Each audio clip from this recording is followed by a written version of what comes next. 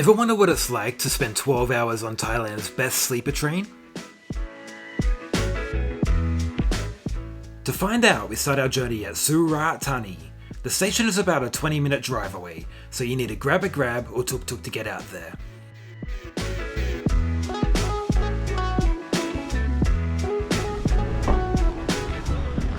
Surat Thani is the nearest stop for this entire part of Thailand. In fact, I just come from the absolute gorgeous Ao Nang in the Krabi province. And even though it's a 2.5 hour drive away, this is still the nearest station. This is why so many sleepers pass through on their way between Hat Yai and Bangkok.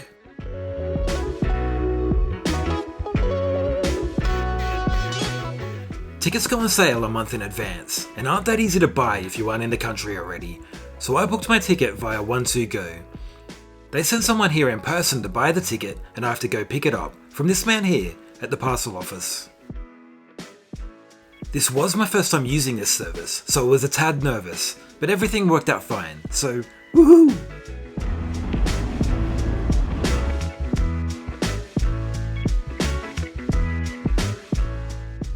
Inside the station itself, there's a couple of vending machines and a little kiosk. But if you're here this time of night and want something substantial, make sure you eat first, or maybe grab a cheeky delivery.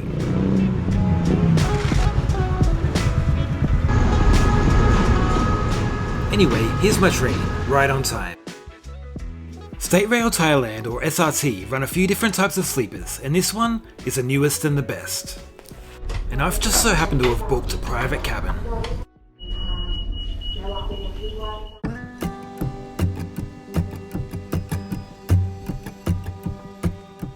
With the train leaving on time, I guess we should take a look around the cabin. The cabin's already configured into sleeping mode for the night. It is almost 10:30 PM after all. Each bed has a thin mattress on top, a pillow, a blanket, and a towel. Both bunks have TV controls, and a light with a power socket.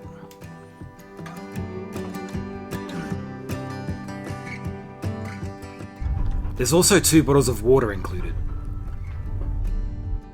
At the side of the bed there's some little fold-out steps to help you get to the top bunk. And above the doorway you'll find a spot to place a fairly decent sized bag. There's a sink in the corner with running water, and some cups inside the mirror. There's also a door that's locked in the middle. This can be opened to be configured into connecting rooms with next door. There's a peephole in the door for a bit of extra security, and a little stopper that stops the door from opening fully, even if it's unlocked from the outside.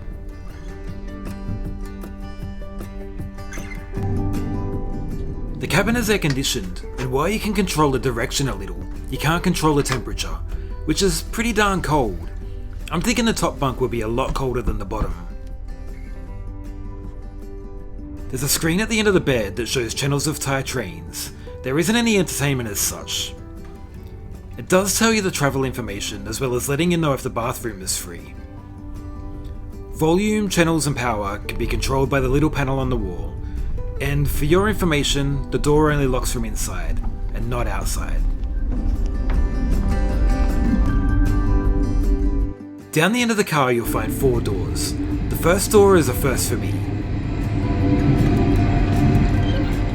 A urinal. I mean, cool, but why not just put a toilet in?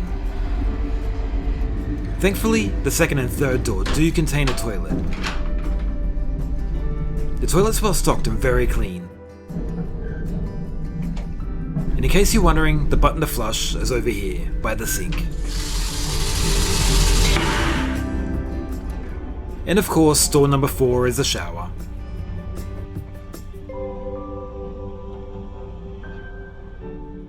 There isn't a dry locker for your clothes, so you might need to improvise. And to turn the shower on, power up the electric heater, and then turn on the tap.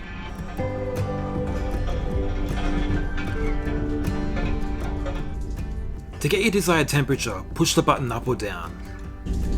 The water temp is perfect. I didn't know a train shower could be this good. Just don't forget to turn the heater off once you're done. The facilities in this car are great. 2.5 toilets and a shower, all perfectly clean and smelling great. 100 out of 10 for this. Anyway, it's late, and there isn't much to look out the window except for the Oz station, so it's time to brush my teeth and get some sleep.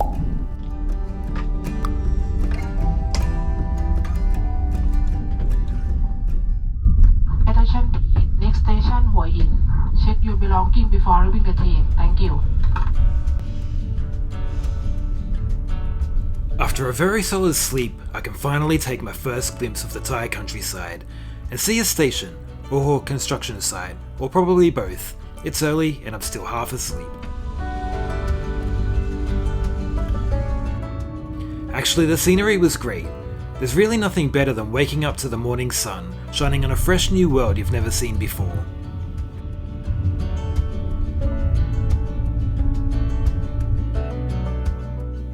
Our route today travels alongside the Gulf of Thailand, heading north until Ban Pong before turning east and heading into Bangkok. The journey time is 12.5 hours. To book the whole cabin I needed to buy both beds. The bottom bunk was 1,572 baht, while the top is a little less at 800 baht. As mentioned earlier, I bought my tickets through 12Go. The total price including booking was 3,052 baht, or around 135 Australian dollars.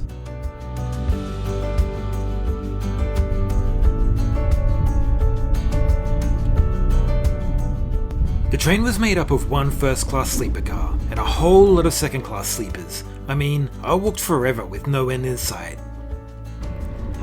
In a second-class car, there are communal sinks as well as the standard toilets.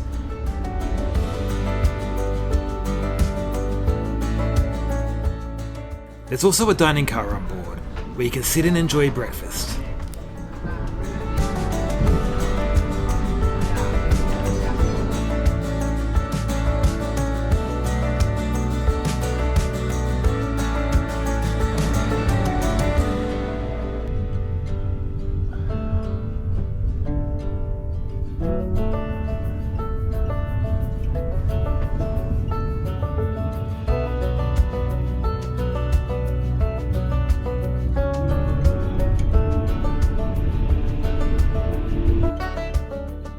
With half an hour until we reached the Thai capital, the attendant came and configured the cabin into day mode.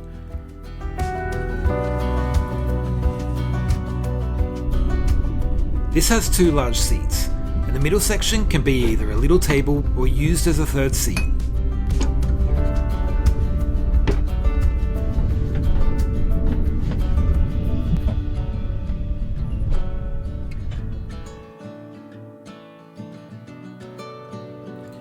Now, I've ridden trains all over Thailand, and they're by no means luxury, but honestly, this service with the new refurbished cars was a solid 10 out of 10.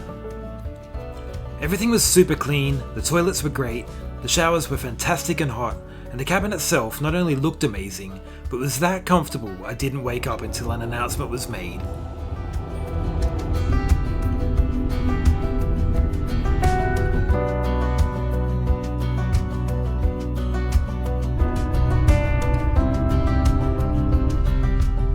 We arrived on time at Krung Thep Aphiwat Central Station, formerly known by Bang Su Grand Station, which is a great name. I wish they didn't change that.